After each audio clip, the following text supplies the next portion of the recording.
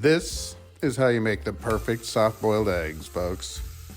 Bring a pot of water to a boil, just enough to cover your eggs. When the water is boiling, turn down the temperature and gently place your eggs into their warm little bath.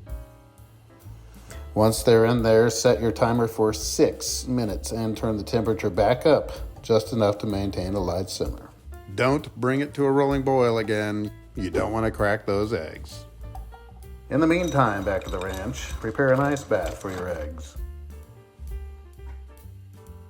When they're ready, gently scoop them out and place them in the ice water to cool them down for 2 to 3 minutes. After a few minutes, drain them and you can peel them pretty easily after that.